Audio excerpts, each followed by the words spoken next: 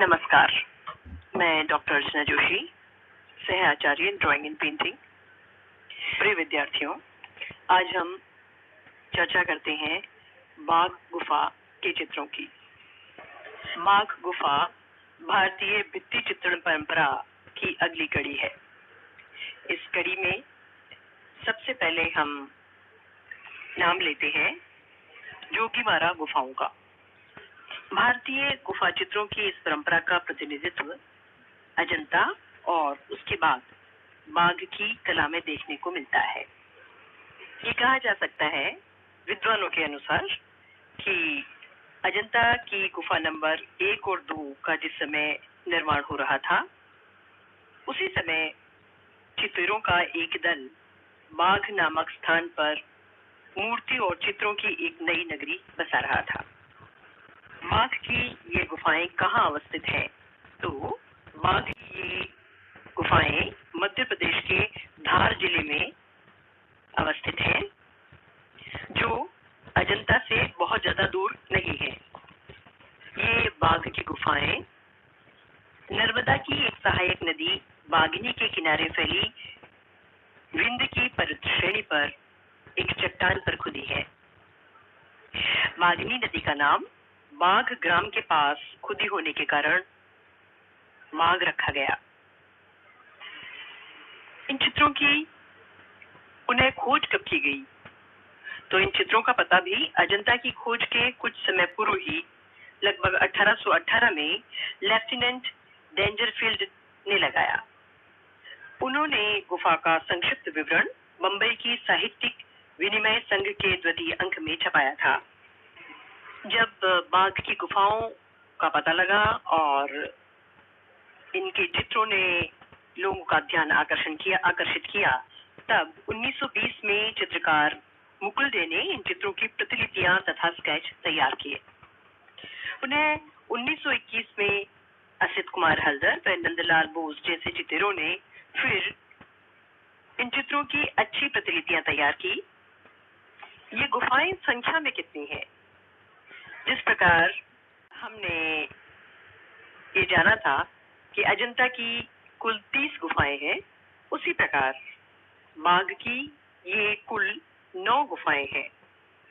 और आपको ये भी बताया था कि गुफाओं में 2 प्रकार की गुफाएं हैं, एक चैत्य और एक विहार।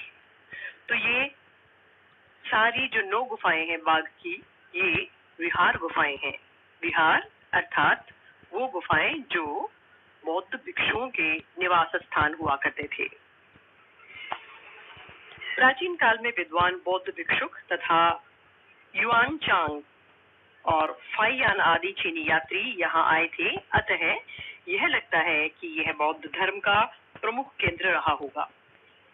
संख्या में इन 9 गुफाओं में से 6ठी, 7वीं, 8वीं और 9वीं गुफाओं के भीतर प्रवेश करने का मार्ग अवरुद्ध होने के कारण इनके भीतर के चित्रों का विश्लेषण संभव नहीं है। प्रथम गुफा मंदिर का नाम ग्रह है, दूसरी गुफा का नाम पांडु पंच पांडु, तीसरी गुफा का नाम है हाथी खाना और चौथी गुफा का नाम है रंगमहल, 5वीं का पाठशाला।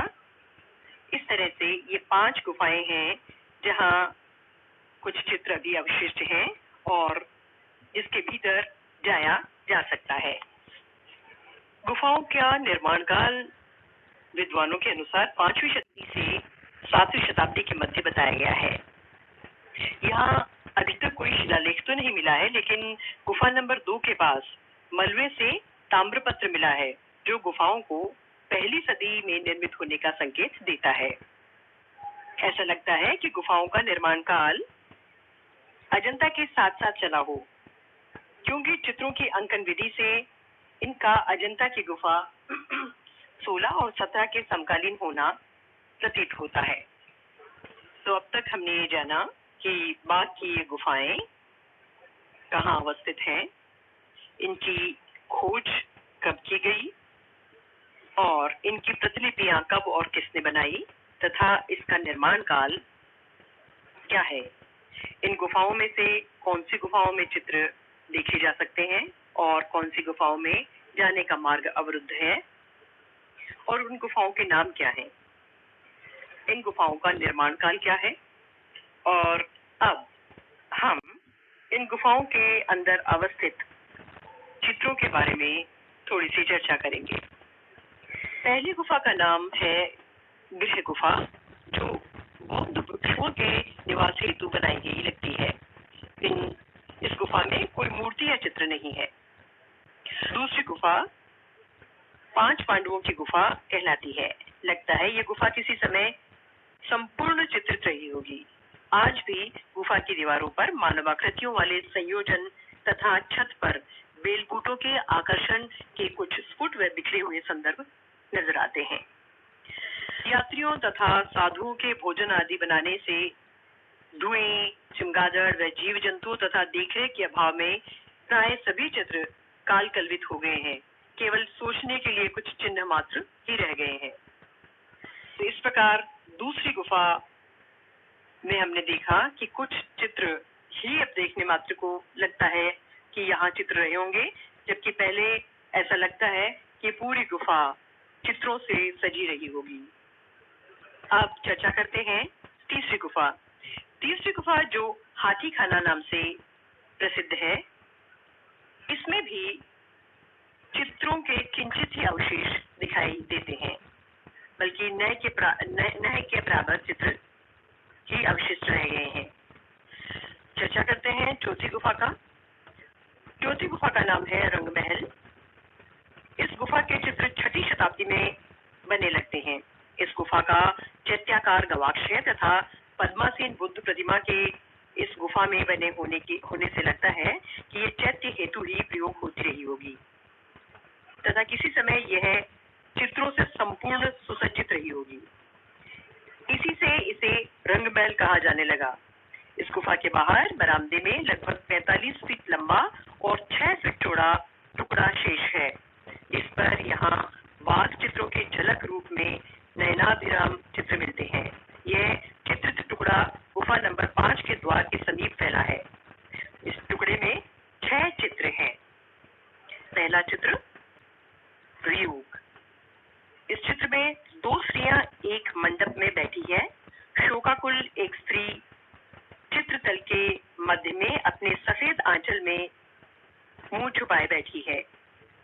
केश विन्यास व आभूषणों से युक्त उसकी छवि अभिजात्य परिवार की लगती है।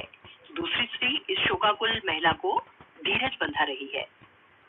दूसरा चित्र जो है इस गुफा का वो है मंत्रणा। इस चित्र में 4 भद्र पुरुष सुखासन मुद्रा में गद्दियों पर बैठे हैं। चारों ने धारीदार अधोवस्त्र पहन रखा है। इनमें से बाईं ओर की पुरुषाकृति किसी राजा की प्रतीत होती है, क्योंकि आभूषणों के पहनावे से उसकी मुखाकृति अलग पहचानने में आती है। लगता है ये राजा व मंत्रीगण किसी गंभीर विषय पर विचार विमर्श कर रहे हैं। हस्त मुद्राओं के संकेत तथा नेत्रों की चितवन व रंगों के तालमेल से संयोजन में परिपक्वता स्पष्ट नजर आती है। तीसरा है देव पुरुषों का आकाश विचरण। इस चित्र में 6 व्यक्तियों का समूह आकाश में विचरण करते हुए दिखाया गया है। आगे वाली आकृति धोती पहने है तथा हस्त मुद्रा वरद रूप में है। लगता है यह किसी प्रमुख धर्माचार्य की आकृति हो। सबके सिर मुंडे हुए हैं। आकाश से पुष्प वर्षा हो रही है तथा घुड़सवार घुमावदार बादलों के अंकन से उनके आकाश विचरण की गति का बोध होता है। चौथा है गायिकाएं। तृतीय चित्र के ठीक नीचे 5 गायिकाओं के चित्र में अब केवल कमर तक का भाग ही शेष रह गया है। केंद्र वाली नायिका ने एक हाथ में वीणा ले रखी है और सभी के जोड़े बंधे हुए हैं। अगला चित्र है नृत्यांगनाएं व वादिकाएं। यहाँ इनके 2 समूह हैं। प्रथम में 7 नृत्यांगनाएं एक 8वीं पुरुषाकृति के चारों ओर नृत्य में लीन है। नर्तक का मध्य में बना आकर्षक रूप और उसकी वेशभूषा में चित्रकार ने प्रभाविता के सिद्धांत का पालन किया लगता है। पूरे संयोजन में तल विभाजन को सूर्यमुखी पुष्प के आधार पर बनाया गया है। पुरुष आकृति को पराग क्षेत्र में तथा स्त्रियां पुष्प पंखुड़ियों के समान फहराती दिखाई गई है। यह चित्र सर्वोत्तम चित्रों की श्रेणी में आता है। दूसरे समूह में 6 वादिकाएं मध्य में दार्शनिक भाव भंगिमा में खड़े व्यक्ति के चारों ओर उसके प्रभाव को द्विगुणित कर रही हैं। यहाँ भी प्रभाविता युक्त वर्तुलाकार संयोजन किया गया है। छठा चित्र है शोभा यात्राएं। इस विशाल भित्ति खंड के चित्रों में क्रमशः हाथी व घोड़ों की शोभा को दिखाया गया है। हाथियों व घोड़ों पर राज परिवार व सिपाहियों को बैठा हुआ दिखाया गया है। लगता है हाथी के विशालकाय तन बदन को रेखीय गति से सौंदर्य संपन्न बनाने में भारतीय कलाकार आरंभ से ही पारंगत हो गए थे। इन सभी चित्रों के अध्ययन से स्पष्ट होता है कि भित्ति चित्रों का बुद्ध की जातक कथाओं आदि से कोई संबंध नहीं था। चित्रों को देखकर इसी परिणाम पर पहुंचा जा सकता है कि ये चित्र वास्तविक जीवन के प्रतिरूप है तथा संपूर्ण चित्रखंड प्रेम वियोग जीवन विलाप संबंधी इसका जीवंत उदाहरण है। 5वीं 6वीं व 7वीं गुफाओं में भी चित्रावशेष होने के संकेत मिलते हैं, लेकिन 8वीं व 9वीं गुफाओं में कोई चित्रावशेष नहीं है। इस प्रकार हमने बाघ की गुफाओं के अंदर अवस्थित चित्रों के बारे में जाना। अब हम अजंता तथा बाघ के चित्रों में परस्पर तुलना करते हैं और ये देखते हैं कि दोनों में क्या विशेष अंतर है, शैली के अनुसार भी और चित्रों के विषय के अनुसार भी। बाघ गुफा के सभी चित्र एक ही साथ एक समय बने प्रतीत होते हैं, जबकि अजंता के चित्र 800 वर्षों 900 वर्षों की संचित निधि है। समय हमने जब अजंता का अध्ययन किया था तब मैंने आपसे बताया था कि अजंता के चित्रों का निर्माण काफी लंबे समय तक होता रहा। वो तकरीबन 2री शताब्दी ईसा पूर्व से लेकर के 7वीं शताब्दी ईस्वी तक, यानी कि लगभग 9 सालों तक होता रहा। ये बात है अजंता के चित्रों के लिए, जबकि बाघ के चित्र सभी चित्र एक साथ ही एक समय पर बने प्रतीत होते हैं। क्योंकि ये कंक्लूजन हम इसलिए निकालते हैं क्योंकि बाघ के चित्रों की वेशभूषा शैली लगभग एक सी है, जबकि अजंता के चित्र जो कि एक लंबे समय तक बनते रहे उनके विषय में काफी अंतर है। अजंता के चित्रों का आधार प्राय बुद्ध के जन्म जन्मांतर की कथाएं हैं, लेकिन बाघ के वर्तमान चित्रों से केवल उल्लासपूर्ण जीवन के क्षणों का बोध होता है। अजंता के समान ही बाघ में भी छतों तथा दीवारों पर कमल मुड़ियों के बड़े मन भावन अलंकरण बने हैं। अजंता के समान ही यहाँ भी नारी के शारीरिक सौंदर्य के साथ आध्यात्मिक सौंदर्य की छवि को भी उभारा गया है। रेखा रंग रूप चित्र संयोजन भित्ति चित्रण प्रक्रिया भावाभिव्यक्ति वर्तना में अजंता शैली को ही अपनाया गया है। लगता है अजंता के किसी कुशल चितेरे के निर्देशन में बाघ चित्रों का सृजन हुआ होगा। बाघ के चित्रों का अवलोकन करने पर मन को अनिर्वचनीय तृप्ति मिलती है और निश्चित रूप से कहा जा सकता है कि बाघ के ये चित्र अजंता के चित्रों से के समकक्ष या उससे थोड़े से बेहतर श्रेणी के हैं। आप अध्ययन करते रहिए और जानते रहिए भारतीय चित्रकला के बारे में। धन्यवाद।